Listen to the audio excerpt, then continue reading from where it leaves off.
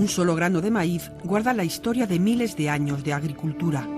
El código secreto que transformó una planta silvestre en el cultivo que da de comer a media humanidad. Sus semillas, mejoradas y fértiles, han ido pasando de padres a hijos durante cientos de generaciones, hasta que en el siglo XX rompimos ese ciclo vital.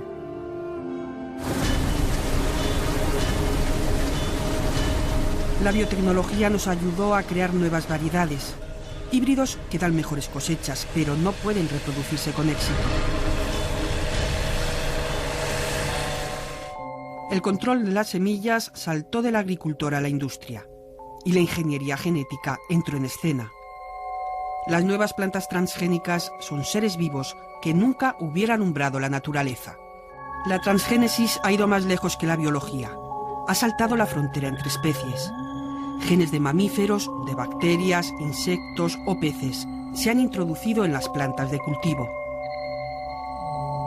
Algunos de esos experimentos siguen confinados en los laboratorios, pero otros, ya autorizados, se han liberado en el medio ambiente y están presentes en los alimentos. El problema es que no sabemos lo que estamos introduciendo y no sabemos qué efectos va a tener a medio o largo plazo. No se trata de saber que va a ser malo o saber que va a ser dañino, no, yo tampoco lo sé. El problema es no sé. Siempre la palabra con el problema de los transgénicos siempre es que al final no sabemos lo que va a pasar, no podemos predecir lo que va a pasar, no sabemos. Y mientras no sabemos, lo estamos introduciendo, lo cual quiere decir que en la práctica se está utilizando lo que se llama una prueba general sobre población, a ver qué pasa. España es el único miembro de la Unión Europea que cultiva transgénicos a gran escala.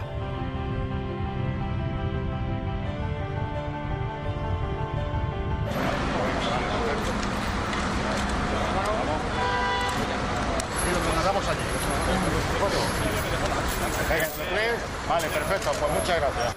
Greenpeace ha venido hoy al Ministerio de Medio Ambiente Rural y Marino para exigir la retirada inmediata de la autorización al maíz de Monsanto 810, cuyo cultivo España tolera prácticamente en solitario.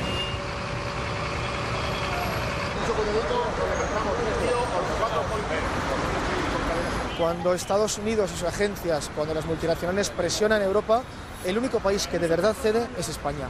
Por lo tanto, las 80.000 hectáreas de maíz transgénico que se cultivan en España son una isla, una zona cero en la Unión Europea. El MON 810 es un transgénico creado y patentado por la multinacional Monsanto, la empresa que domina el mercado mundial de las semillas y un gigante en biotecnología agraria.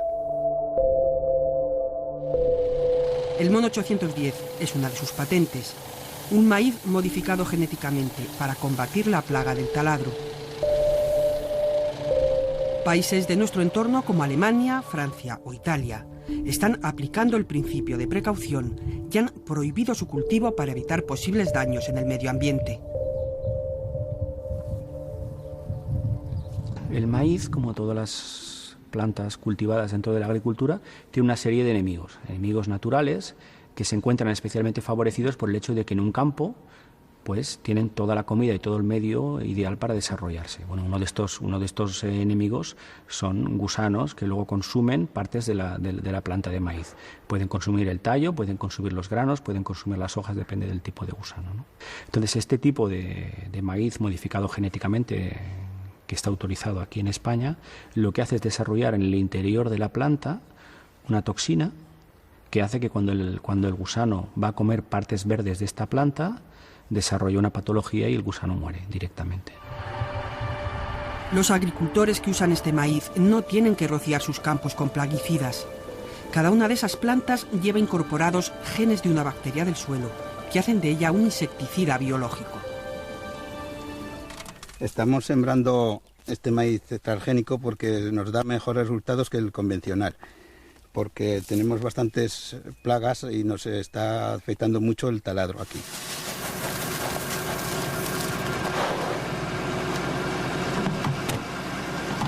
Bueno, nosotros tenemos que hacer como todo el mundo, estamos mirando la rentabilidad. Miramos un poco la rentabilidad de los productos y eso es lo que más nos renta, es esto, porque cogemos más kilos. E incluso el año pasado nosotros nos decidimos por sembrar el tradicional, por ver y fracasemos un poco y tuvimos un 40% de pérdida del tradicional. Y entonces este año ya nos hemos volcado ya al transgénico totalmente. La plaga del taladro ocasionó a Francisco unas pérdidas de 5.000 kilos por hectárea. Los gusanos se comieron todo el beneficio que podría haber obtenido por su cosecha. Tradicionalmente nosotros, para defendernos de los ataques de taladro, lo que hacíamos es utilizar insecticidas, y los insecticidas no discriminan, no tenemos un insecticida que solo mate el taladro, sino que lo matábamos todo. Entonces el maíz que sembramos ahora no mata toda la biodiversidad, las mariposas están las abejas, están las avispas, están todos los animales en el campo, y tienes luego la fauna que se los come, quiero decir que tienes los pájaros, tienes más vida en el campo con un maíz transgénico que con un maíz que no es transgénico. Lo que podemos decir es que de todos los análisis, estudios y evaluaciones realizadas en el ámbito de la producción y del consumo, no hemos encontrado ninguna evidencia científica que demuestre que no es así, que demuestre que haya el más mínimo peligro para la salud o que demuestre que haya el más mínimo peligro para el medio ambiente o para la seguridad de los ciudadanos. Pero a veces la ciencia se equivoca.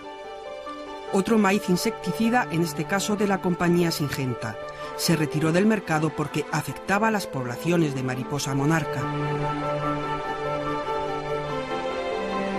La polémica tuvo alcance internacional. Sirvió para recordar que cuando se altera un sistema no hay vuelta atrás y que la naturaleza siempre reacciona a las alteraciones que introducimos en ella.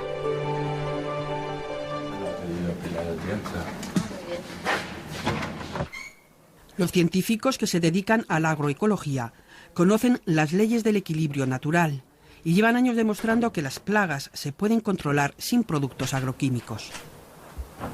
¿Cómo van las crías? Pues muy bien, ahora mismo están las pupas de Cryptolemus todas ya en la pared, en las bandejas, a punto de salir el adulto. Y vamos a tener una buena producción. Mira, las pupas están todas fijándose ya en las bandejas. ¿Cuándo piensas que podremos ya suministrar a los agricultores? En una semana y media empezarán a salir los adultos y durante un mes tendremos producción.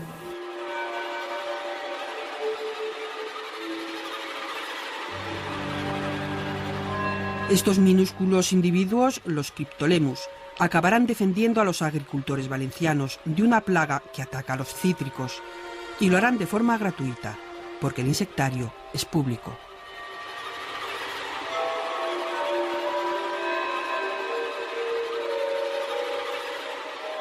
El control biológico de las plagas también es científico y no tiene riesgos asociados. El tema de los cultivos transgénicos va rodeado de muchos interrogantes, de demasiados interrogantes sobre el impacto sobre los sistemas agrarios.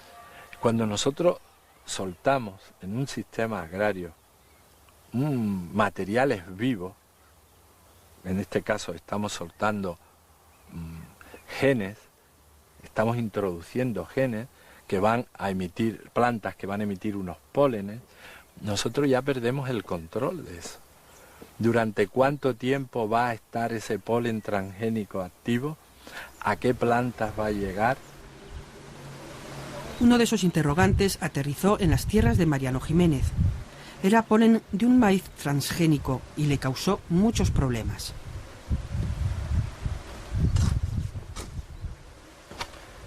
Hola, aquí estoy quitando hierba en los cultivos hortícolas porque soy agricultor ecológico y no utilizo herbicida para controlar las malas hierbas. En la agricultura ecológica se emplean medios naturales y con el apoyo de la naturaleza pues se llega a controlar las plagas y las malas hierbas. La biotecnología es algo antinatural, generado por el hombre sin mirar las repercusiones que tiene para el medio. Estamos jugando con fuego y por coger un poquitín más de maíz o un poquitín más de patata o algo así, nos estamos cargando cosas que a lo mejor serán irrecuperables.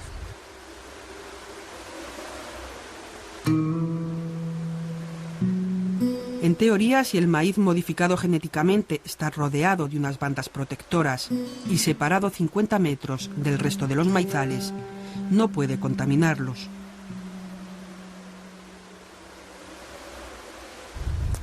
Estos campos de aquí, en años anteriores, fueron contaminados y la partida de maíz de estos campos pues perdió la calificación de cultivo ecológico. Hay mucho maíz transgénico alrededor y entonces, aunque haya diferencia de metros de distancia entre mi campo y el de los vecinos, también el aire dominante es fuerte porque puede ser en verano lo mismo cierzo que bochorno y arrastrar el polen desde bastante lejos. De hecho, se han dado contaminaciones de hasta de 500 a 800 metros. Mariano ha sufrido ya 3 contaminaciones y sabe que la única forma segura de evitarlas es retrasar la siembra de su maíz para que la floración no coincida con la de los transgénicos. Salvará su cultivo, pero la cosecha será menor y también los ingresos.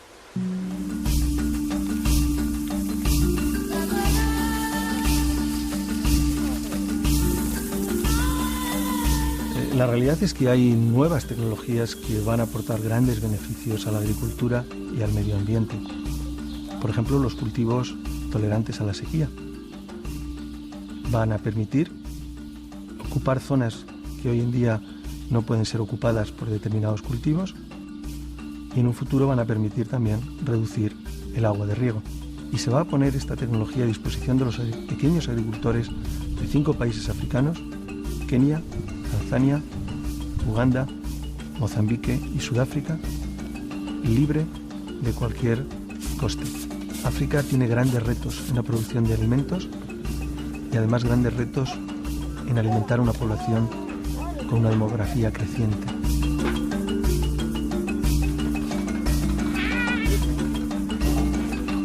Cuando nosotros vemos una gran ciudad de un país pobre, está rodeado de favelas, de chabolas, de unas zonas marginales. La mayoría, una gran parte, son campesinos arruinados. Lo único que ocurrió es que cambiaron sus tecnologías, o les invitamos desde los países ricos a cambiar sus tecnologías. ¿Qué es cambiar sus tecnologías? Utiliza esta nueva semilla de alto potencial productivo, utiliza estos fertilizantes, utiliza estos fitosanitarios. Cuando esa tecnología no la pueden pagar, tienen que abandonar sus tierras. El polen transgénico que contaminó el maíz de Eduardo Campayo viajó más de 1 kilómetro hasta sus tierras. Tuvo que recomprar todo el grano que había vendido como ecológico y destruir el resto de la producción.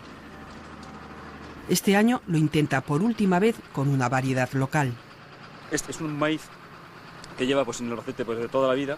Es un maíz que lleváis que no tiene ningún tipo de tratamiento y sin embargo se conserva. Se ha dejado de producir por este tipo de maíz. Es un maíz híbrido. Los maíces híbridos tienen en principio tienen más producción que los maíces tradicionales europeos. Vamos a poner un nombre. Este maíz puede dar unos 10.000 kilos por hectárea este año. Este maíz no va a dar más de 5 o 6.000, pero es capaz de darlos siempre, durante todos los años que lo sembremos los agricultores, y este solo lo da el primer año. La diferencia fundamentalmente, pues que este maíz todos los años cambia de precio de acuerdo con la industria, lo que nos pide. La diferencia de este maíz es que nunca cambia de precio. Es nuestro, es nuestra variedad, tiene características de esta zona y nos permite ser autosuficientes. Las cifras son claras. El maíz transgénico en España supone el 20% del maíz total y el 0,1% de la agricultura total, y sin embargo está contaminando a un enorme porcentaje de la agricultura que no podemos saber porque le toca a la administración decírnoslo. Sí sabemos que en Estados Unidos el 70% de las producciones están ya contaminadas.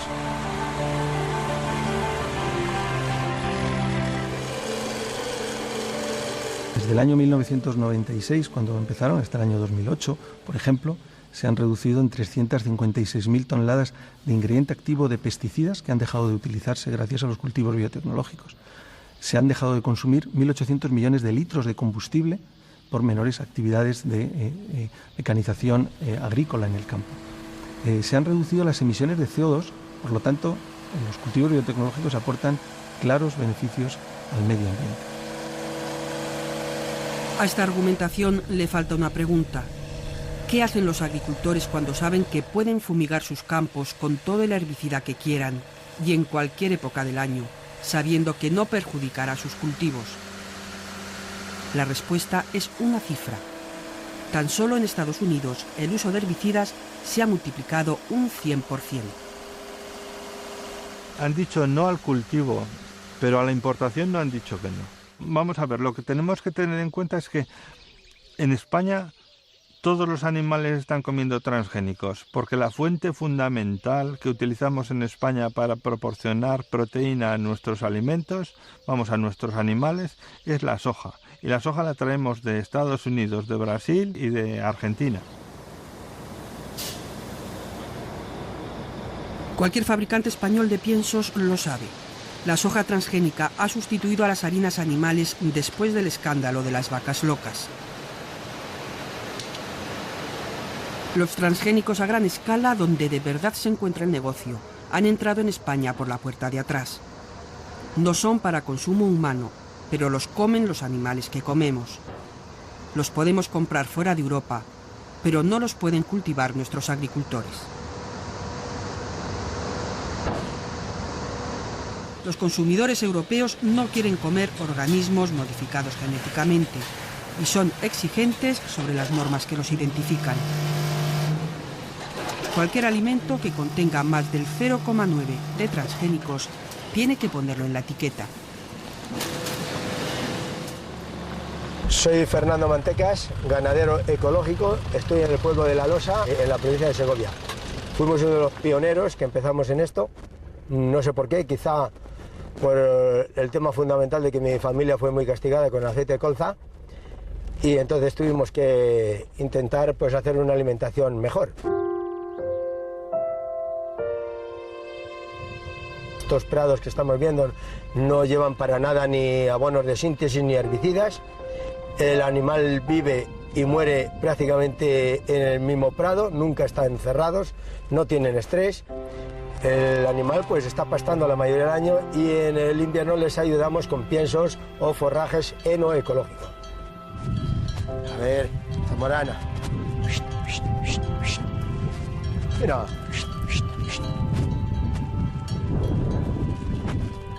Mira, estos son los piensos que cogemos.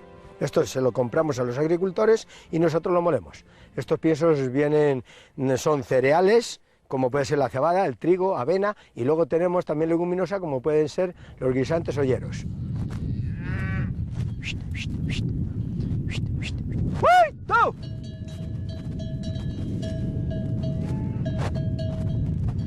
Yo, si soy ecológico, no puedo admitir los transgénicos, entre otras cosas porque creo que nos están contando un bulo, un rollo, diciendo que si no hay bastante alimentación en el mundo y que para eso se necesitan los productos transgénicos. Los productos transgénicos es una farsa total, es para enriquecerse las grandes empresas.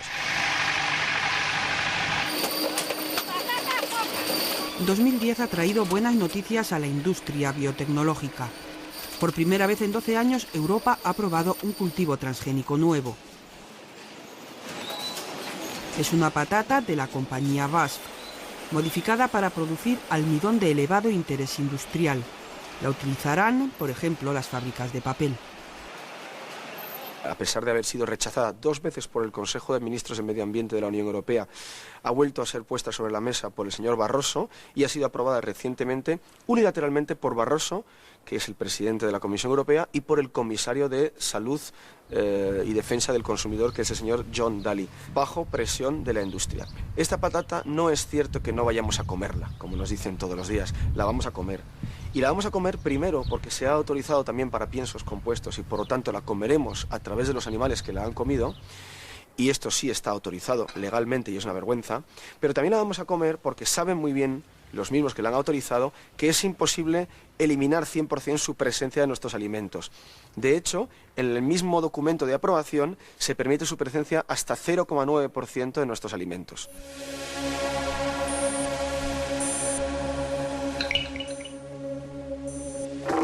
Los alimentos transgénicos son, y los cultivos transgénicos, los más seguros que hay, porque son los más estudiados que los cultivos convencionales, que los cultivos ecológicos. Son los más seguros que ha habido en la historia de la humanidad.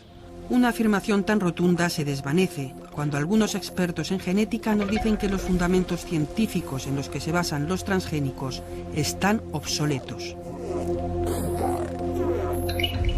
Los conceptos en los que se basaba, los genes tenían una actividad individual, tenían una actividad independiente, tenían una función en sí mismos, todo eso es genética de los años 70. Nosotros tenemos un gen y lo metemos donde queramos, que va a hacer lo que nosotros digamos, en absoluto. No va a hacer lo que nosotros digamos. Las consecuencias en el largo plazo van a ser imposibles de rastrear si la población cobaya es media humanidad. Los reparos desaparecerán cuando los consumidores vean claramente unos beneficios que hasta ahora no han sido capaces de ver. Os voy a poner un ejemplo. Es el caso de los tomates púrpura de mi amiga Cathy Martin del John Innes Center, que inicialmente los desarrolló. Si comparamos estos tomates con los no transgénicos, son los colorados, vemos, lo podemos abrir. Ya aparentemente el color es un color violeta en todo el interior del tomate, y este color se debe a que el contenido en antocianinas, que son esos pigmentos, es altísimo, y lo es porque se han introducido unos genes de flores que tienen los pétalos de este color, y es muy saludable el tomar este tomate con altos niveles en antioxidantes, como se ha podido demostrar ya en estudios clínicos con ratones que desarrollan tumores y mueren, y que si consumen en su dieta una parte pequeña, un 10% de este tomate púrpura, viven hasta un 40% del tiempo más que los que no lo consumen.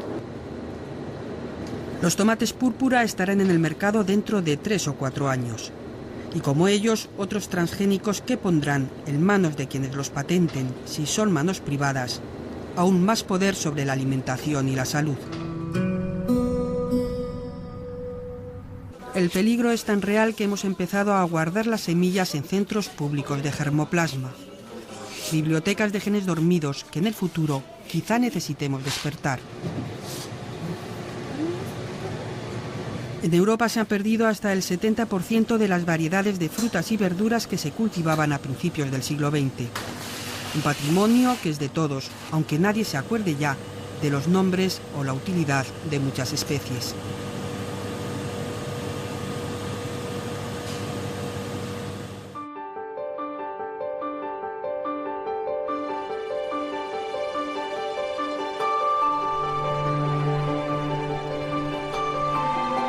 Lepidium, pastinaca, bastuerzo, esponja vegetal. Son semillas que ya han ingresado en el banco del Instituto Nacional de Investigaciones Agrarias.